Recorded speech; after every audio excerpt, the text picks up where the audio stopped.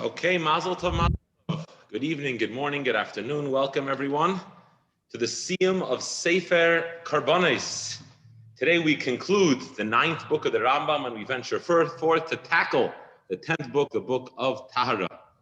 It was 1990, it was Rosh Chodesh Kislev, it was a Sunday, and a Rosh Yeshiva from Torah Vadas came to the Rebbe at the line of dollars with a brilliant suggestion.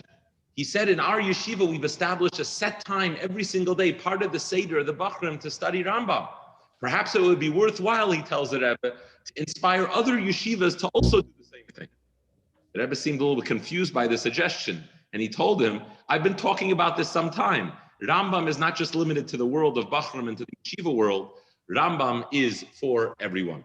So in today's program, we're going to try to shatter some stereotypes of who we usually envision the Rebbe included and intended to study his prakim of Rambam program every single day. And we're going to begin. We have on today two individuals who are honored to have with us right here, Rabbi Yossi Marcus and Mr. Bobby Lent. In addition to his shlichus in the Bay Area and his local impact, Rabbi Yossi Marcus's reach around the globe is he's at the forefront of Afatzas Hamayonis in the print world. It's well known. He's translated many works of Chassidus. His editions of the Pirkei Avos and the Haggadah have earned international acclaim. And he spends his days, among many other things, studying daily together with Mr. Bobby Lent, who is a successful entrepreneur who invests in startups in Silicon Valley and in Israel. And he's a prominent philanthropist in the Bay Area's Jewish community. We want to give a warm welcome to Rabbi Yossi Marcus and Mr. Bobby Lent. And welcome. Thank you so much.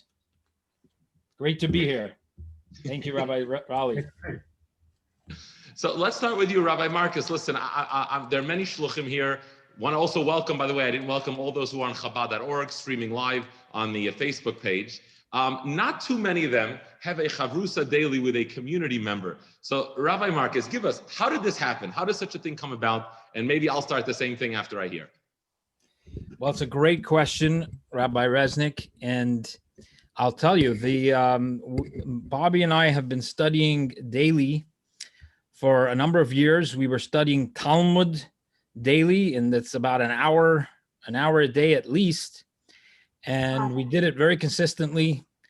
Bobby's a very consistent person, and it was a challenge. We did it over, during vacations. It didn't matter. There was no excuses.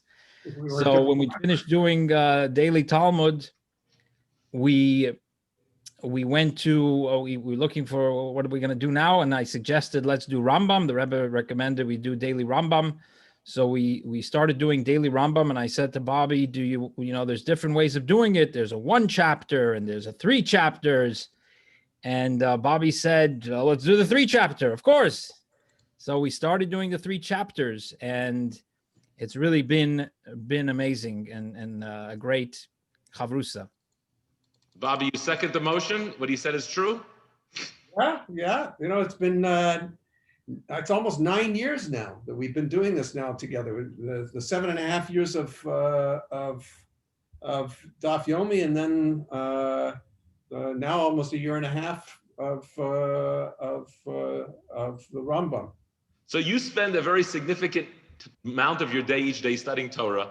You obviously have a lot going on in the world at large. You're a man of this world. You're a successful businessman. Tell us, why make the investment? Why make the investment in this daily? It's certainly a substantive amount of Torah study. I'm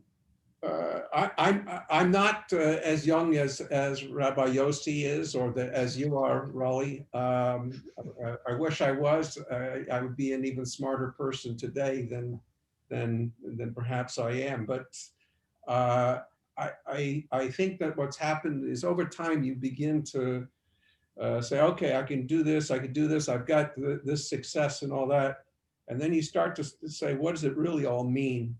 And I think that ultimately it's about, we're on Earth only for a certain part of time, a certain portion of the time of the Jewish people, and you realize that there's more to it. And as you, so it's really just simply dealing with the fact that we're not eternal beings. So we've got to deal with what's it all about? Why are we here? Wow. Okay, so let me ask each of you. I'll start with you, Rabbi Marcus. What's it like to study with Bobby? And then Bobby, I want to know what it's like to study with Rabbi Marcus. Well, studying with Bobby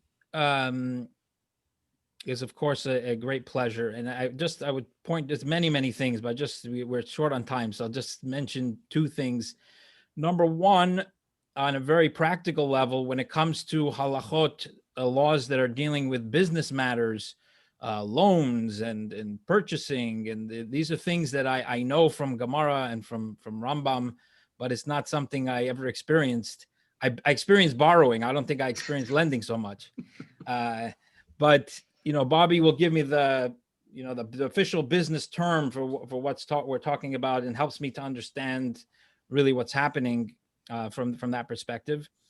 And the other thing that was coming up a lot, which is we'd be learning, and we know anybody who studied a little Gemara, a little bit of halacha, that there are many cases that come up that you're like scratching your head. Why are we even talking about this? Is this ever going to happen?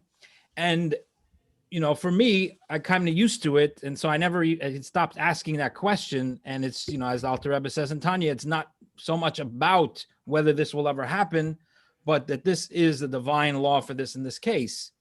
But Bobby always asks, well, why would such a thing happen? And what I realized through that process of asking is that you sometimes find the answer that it's actually not that strange if you start thinking about it, that this is actually a case that could very possibly happen, and this is the reason why. So those are two very specific things among many of my benefits of studying with Bobby and hearing things from a different perspective.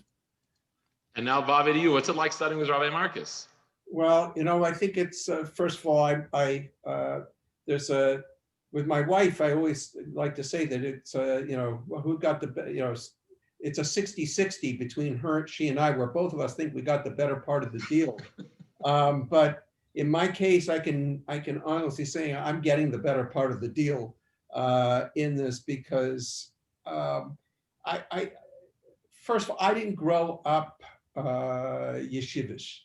I grew up Jewishly. I have always been on a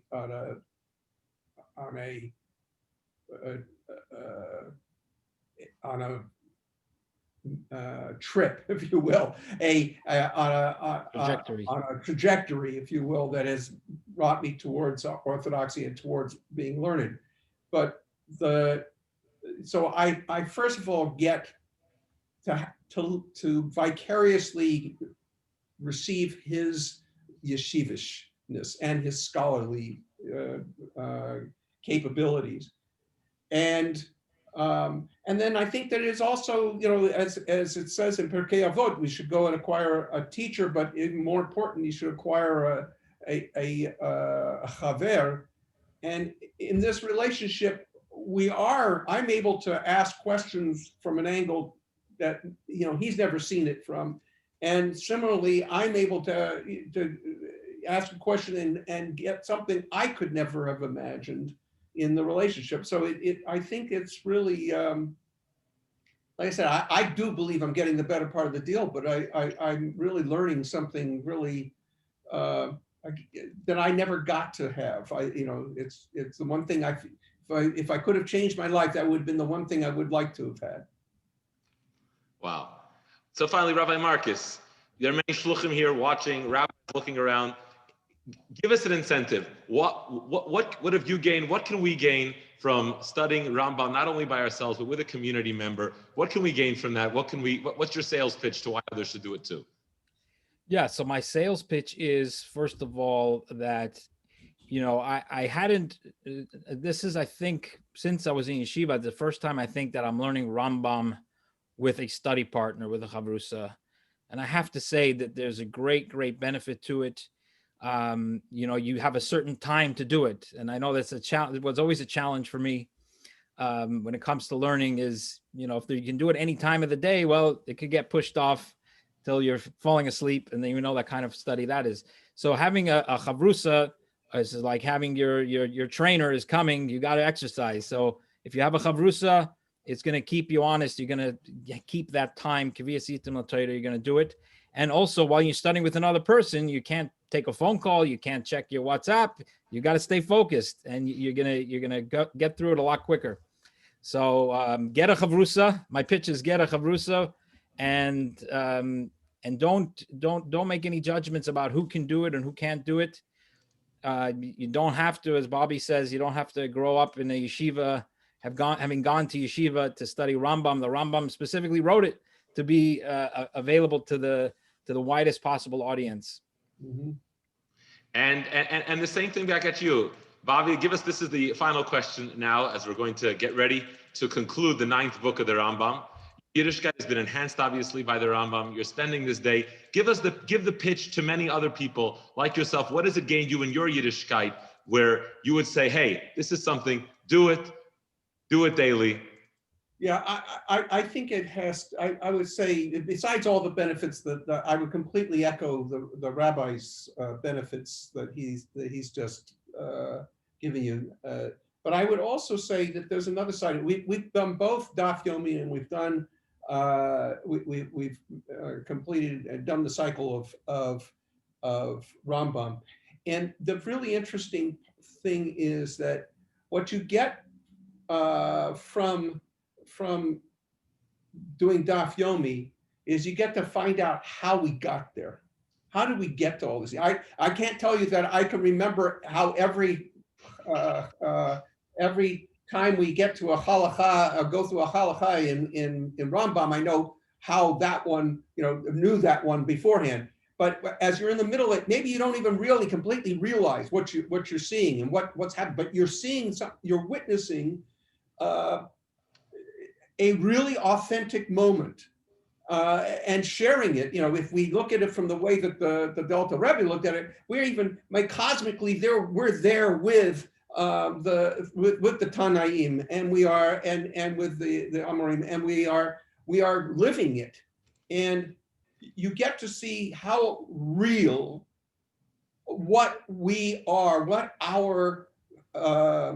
what we have as a Jewish family is. It really comes. You can trace it all the way. In fact, we know we can trace our way all the way back to Moshe Rabbeinu. So there's no doubt how it got exchanged. We even go through it in Pirkei Avot, exactly how it got to us and got transmitted to us. And it's that fact that we can then see it, feel it, then see how it comes with Rambam. We see how it really gets fully translated into the real halakha, what it really is. And then we even see Ravad come in and say, no, you didn't get it right. And so it's all honest. And when you see that much authenticity and honesty, you can now say, I know that Moshe Rabbeinu was there with Hashem, that he had the most incredible relationship one could ever have. And we're all the benefactors of that. We are all the students. We all have, there's a song that Yossi's brothers have, which is, there's a spark of Moshe in everybody. Well, we get that spark. And that is what really tells you what we have is real. And that God is real. And that everything that we have as a heritage is real, because it got dealt with very carefully. If that isn't a beautiful way to end, what is? May God bless the two of you, that just as you've merited to finish this book, may you merit to finish many more books of the Rambam, long, healthy years of study, and may your study together inspire many such study partners to be replicated throughout this globe. God bless both of you, Rabbi Marcus and Mr. Bobby Len. Thank you very much for joining us today. Now we're going to ask Rabbi Marcus to please conclude the 9th book of the Rambam for us, the book of Korbanos. Ladies and gentlemen, this is the moment. Today we conclude. If you're in a different part of the globe and it's already tomorrow, so then you concluded yesterday. Please, it's on the screen. And now Rabbi Marcus is going to teach the last halacha. Thank you, Rabbi Raleigh. The last halacha contains a halacha, but also as the Rambam usually does at the end, or I think always does at the end of a book, he gives us a little sermon. So let's start. It's halacha 13, halacha Yud Gimel. Ve'ein marimin al behemes hektish lahaktish ubra kedusha acheres elahari kedushas imoy. One may not use a clever technique, as he said in the previous halacha. You could do that with a bechor, but you cannot use to change the fetus of a consecrated animal to another purpose. Instead, it is consecrated with the holiness of its mother. And the rationale is that the offspring of a consecrated animal becomes consecrated in the womb, as we explained. Thus, every fetus is consecrated with the holiness of its mother, and its holiness cannot be changed in the womb as one may with regard to a firstborn animal. The rationale is that a firstborn animal becomes consecrated only when it emerges from the womb. Now, here's where the Rambam goes into the sermon. Although all of the statutes of the Torah are decrees, as we explained in the conclusion of Hilchot Mi'ilah, it is fit to meditate upon them, and wherever possible, to provide a reason, one should provide a reason. The sages of early generations said that King Solomon understood most of the rationales of all the statutes of the Torah, what are called the chukim. It appears to me, says the Rambam, that the verse, it and the animal to which his holiness will be transferred shall be consecrated, shares a similar motivating rationale as the verse, if the one who consecrates it shall redeem his house, he shall add a fifth of the money of the redemption valuation to it. The principle behind these laws is that the Torah descended to the bottom of a person's thoughts and the scope of his yetzer hara. For human nature tends to increase his property and attach importance to his money. Even though he made a vow or consecrated something, it's possible that he will reconsider, change his mind, and redeem it for less than it's worth. Hence, the Torah states, if he redeems it for himself, he must add a fifth. As we know from Tanya, that we all have a godly soul and an animal soul, and the godly soul is very generous, but afterwards, the animal soul can wake up and say, wait, let's maybe make a change. So the Torah recognizes this, and it says, Torah states, if he redeems it for himself, he must add a fifth. Similarly, if he consecrated an animal in a manner that its physical person becomes consecrated, he might reconsider. In this instance, since he cannot redeem it, he will exchange it for a lesser animal. If he consecrated a big ox, and then he says, "Oh, I like that ox. I'm gonna make a different animal the korban." Says the Torah, you can't do that. If he was given permission to exchange a superior animal for an inferior one, he will exchange an inferior one for a superior one and claim that it was superior. Therefore, the Torah removed that option, forbidding all exchanges, and penalized him that if he made an exchange, it and the animal to which its holiness will be transferred shall be consecrated. All of these ordinances are to subjugate one's evil inclination. I'll go back to the Hebrew here. V'chol elu hadvarim. Can you go back up for the Hebrew?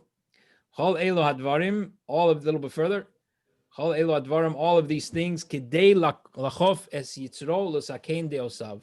All of these things are in order to subjugate the yetzer hara and to fix our inclinations. V'rov dinei Torah einan ela eitzot minachok megdol haitzah. Most of the laws of the Torah are advice from God, from the great giver of advice, to straighten our deeds and to fix our characteristics. And so it says in Mishlei,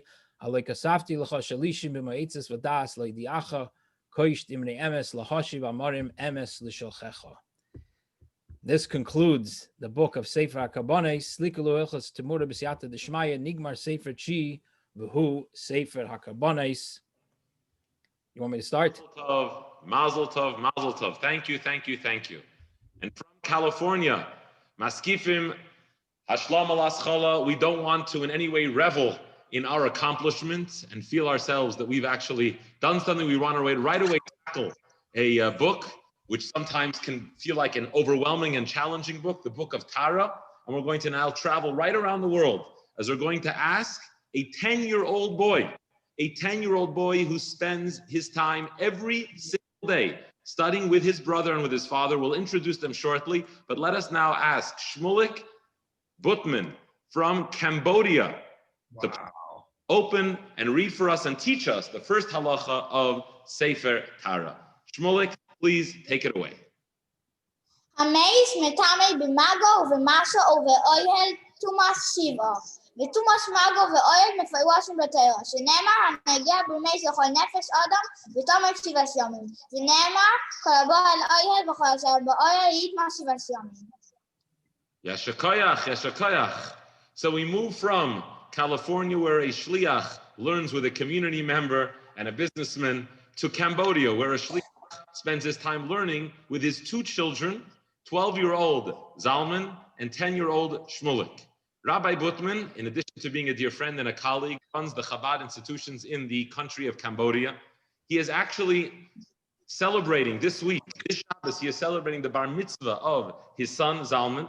No one is able to travel to Cambodia. So first of all, on behalf of everyone here, Chabad.org, and all those participating and who will watch later on, we want to wish a heartfelt mazel tov to Zalman Butman on his bar mitzvah, this Shabbos. The world is celebrating together with you, even though in person you might not have them all there joining you. So mazel tov, mazel tov. Rabbi Butman, Cambodia has been locked up, I know, for a while. I don't know if Rabbi Butman has seen another frum Jew in person for the last year or so. He's been locked in his country, and he has not left his post. He's dedicated himself and his family, may they be well, to their shlichus in Cambodia. We want to welcome Zalman. Zalman, you learn with your father every day. How long have you been learning Shloisha Prakim Rambam, Zalman? I'm learning Shloisha Prakim from Sefer Shoftim of the last Machzor. We had to learn something in order to in our online school. So we started to learn Rambam every day to get points, and we continued from there till now. How many languages do you speak, Zalman? I speak Hebrew, English, and a little bit Yiddish and a little bit Khmer. What's the last one? Khmer, the local language. Khmer, okay. So tell us, what's your Seder Yom? There's probably not a good cheder and a day school in Cambodia yet. And Yetz Hashem, your parents will build a beautiful cheder in yeshiva soon. But right now, there's probably not one. You're getting mazel tov wishes of your bar mitzvah from around the world in the chat. Tell us, where do you go to yeshiva and how do you find the time to spend your time learning Rambam? My cheder is actually on Europe time, on Europe zone time. So I am starting to learn from afternoon over here. And in the morning, I'm davening and also learning Rambam after davening. So in the morning, at what time of day do you start school? 2 p.m. 2 p.m. So till 2 p.m., you have your father's special cheder that he's created and is going to be now replicated around the world because many other tatis and shluchim are going to start learning after this interview with their children. But tell us, Zalman, you learned Rambam. Give us what you, as a pre-bar mitzvah bacher, have learned Rambam, which you can tell us that you've gained since Sefer Shoftim, so you're almost one time through the entire machzor. Please, tell us. There's a few things that the Rambam is giving me. The first one is the kiyum of the Rav, the Rebbe, to learn Rambam, and that's very important that I could do this Hayrah. And especially that the last two Sfarim, Avodah and Korbanos, were all about Beis HaMikdash. So it's very connecting me to what will be then, and like we're saying to each other, let's learn this halacha good. If we won't know it when Mashiach comes, what we should do. So these Sfarim are giving me much more connection to Mashiach and the Geulah Yosef. Wow. Zalman, kol hakavod, asach hatzlacha in your learning, and you should go mechayil el chayil, a chasid, a shemayim, and a lamdan. And as you can see in the chat, the whole world is wishing you a heartzik and mazel tov. Okay, now we're going to ask Zalman to close his ears. I'm just kidding. But Tati, okay, everyone has the same question. Come on, a 12-year-old boy, he really understands what he's learning. Come on, is your son just a mukhshir? Maybe you have a special child and it's a Baruch Hashem. Or is this something that I can also learn with my 12-year-old? Is it something unique? Tell us, does he really understand what's going on? And give us a little bit. We want to know the real story, not just from him. Well, the part I don't want him to hear is that, yes, he is somewhat a mukhshir. But yeah, Shmulik is with us as well.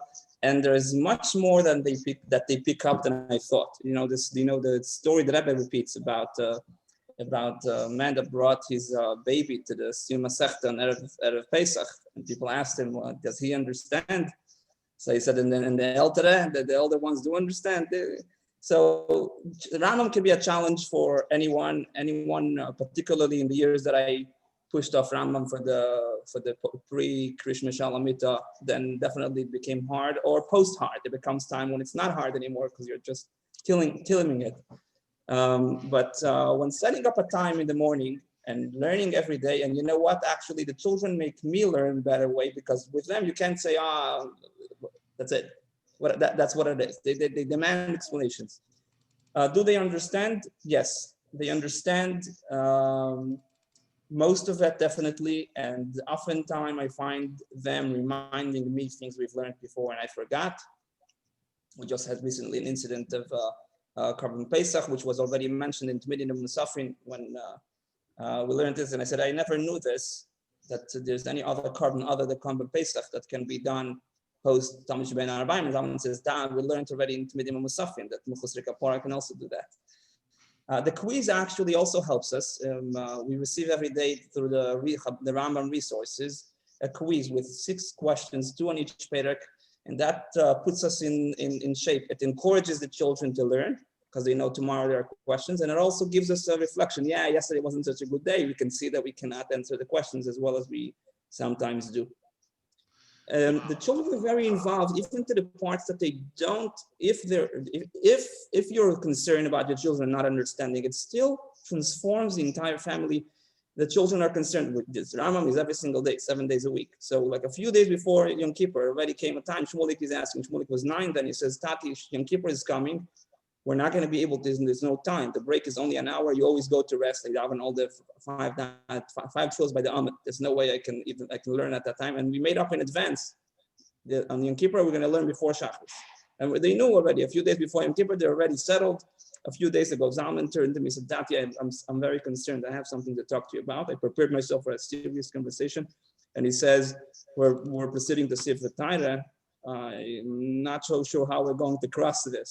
And every time we got stuck with long prakim, a deep prakim, I was telling them, wait for Torah to come. Don't complain now. And here Torah comes, and he's concerned. So they're definitely very involved, and yes, they do understand.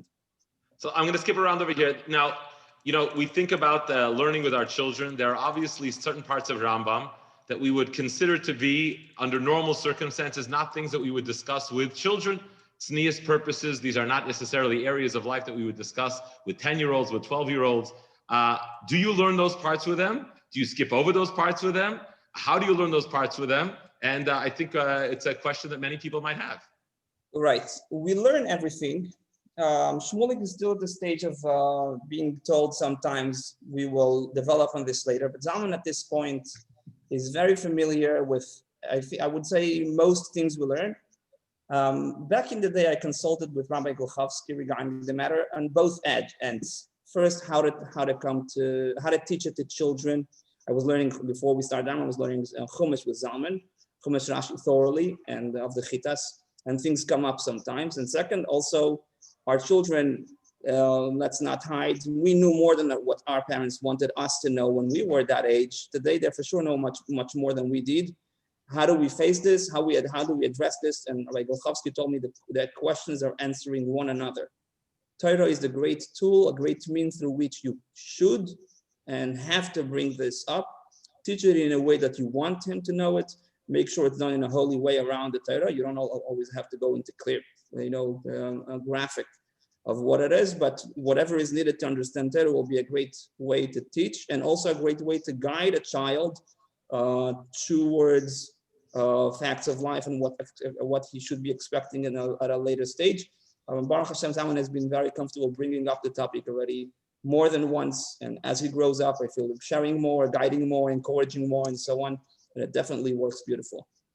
Wow. Looking forward to do the same with Shmulik sometimes. Wow. Okay, so that's what your children gave, and that's how you get to your children. What about tatis? This is now give a sales plug to us tatis of why what we can see to gain out of this, and what benefits we can gain from this. Well, first, like Rabbi Marcus has mentioned, any chavrusa puts two things. First of all, puts seriousness to the learning, and it puts not a compass, but like a strong foundation.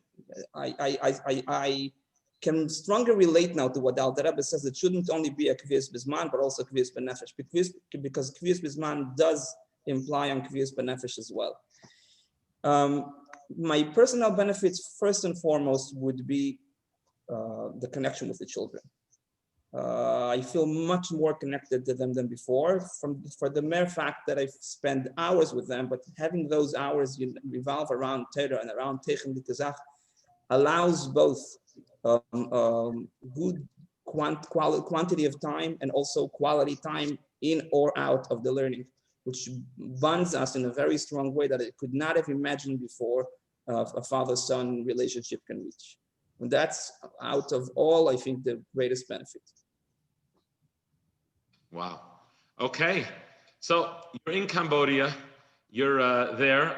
I understand that, how's COVID, the situation in Cambodia? Strangely great. It's very, the country is very vacuumed. There's almost no flights coming in or going out. When I did dream of sticking my nose out, I knew it's going to be revolving a very long process of coming back, which I refrained from. But within the country, how does Rambam fit into COVID life in Cambodia? It actually was davar be'itoy matoy. I keep asking myself, will I be able to provide so much time to the morning? The truth is, for us, it's far beyond Rambam. I'm with the children from 7 a.m. till 10:30 about, which includes chassidus before davening. They do on their own. I do with chavrusas, and then davening together, and then Rambam together in Chumash. Will I be able to continue this after COVID? I don't know. Definitely, COVID has allowed this, and this has it has donated a lot to my COVID schedule or no schedule to give certainty and toichen to the day. But I think they definitely went hand in hand, COVID and this major addition to our morning schedule. And the shlichus is somehow the kids pay for the bills. Everything it pays from Nala's item. When your jokes around the supper table, when someone leaves something on the plate that it may become pigul. Look, hear this from a 10-year-old child. Really, the whole atmosphere in the house changes. And in the shlichus, the way it affected me the most is financially. I've always seen all throughout my shlichus years that the times that I was focusing better on Rambam and not creating chayvus has influenced no chayvus on the financial budget of the Beis Chabad. But I can clearly testify there has not been a year that I finished a financial year so far on the plus from zero. I usually aim for zero, and it's far beyond there, at least in my asagas. So lastly, before we let you go and before we conclude and we start the quiz, what's your message to everybody out there for someone who is an inspiration and learning with their children Rambam? Give us a final thought, takeaway here, please, today.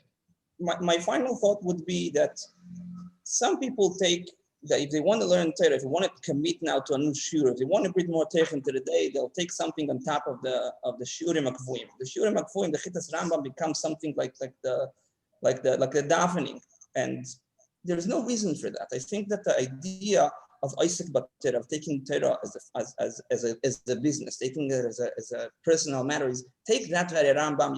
What do you want to learn? You want to learn a half hour a day, an hour a day, an hour and a half a day. It can all be done through Rambam. And Rambam, besides being a takon of the Rebbe and the iskasher part, it's like yesh koine olamai b'shana achas. You can, with 1 year, become knowledgeable in every field of Torah. It brings halachas in a methodic way. It will help your learning of the next year. Take that next year to the next level. There's really, the Rebbe took for us a good cherry. There's no reason not to invest in this part of Torah, not only as what your holy shiurim akvuim are, but also your geschmack and learning and expanding on Torah should be. Thank you very, very much, Rabbi Butman. A heartige mazel tov. You should have Yiddish chassidische nachas from your Shmulik, from your Zalman, and all your kindlach for lange gesunte Jahren. You should be mamala your shlichus, and you serve as an inspiration From one side of the globe in California to Cambodia on the other side of the globe, the world is being filled. The Malad is Deus Hashem. The world is being filled with Limud HaTorah. Let us conclude with a quiz. We have, I believe, a $100 gift card that is going to go for Svarim. And if the moderator can please put up the quiz, everyone will be able to fill out the quiz to the best of their ability to see how much they remember from Sefer Korbanos. We'll give a few moments for that.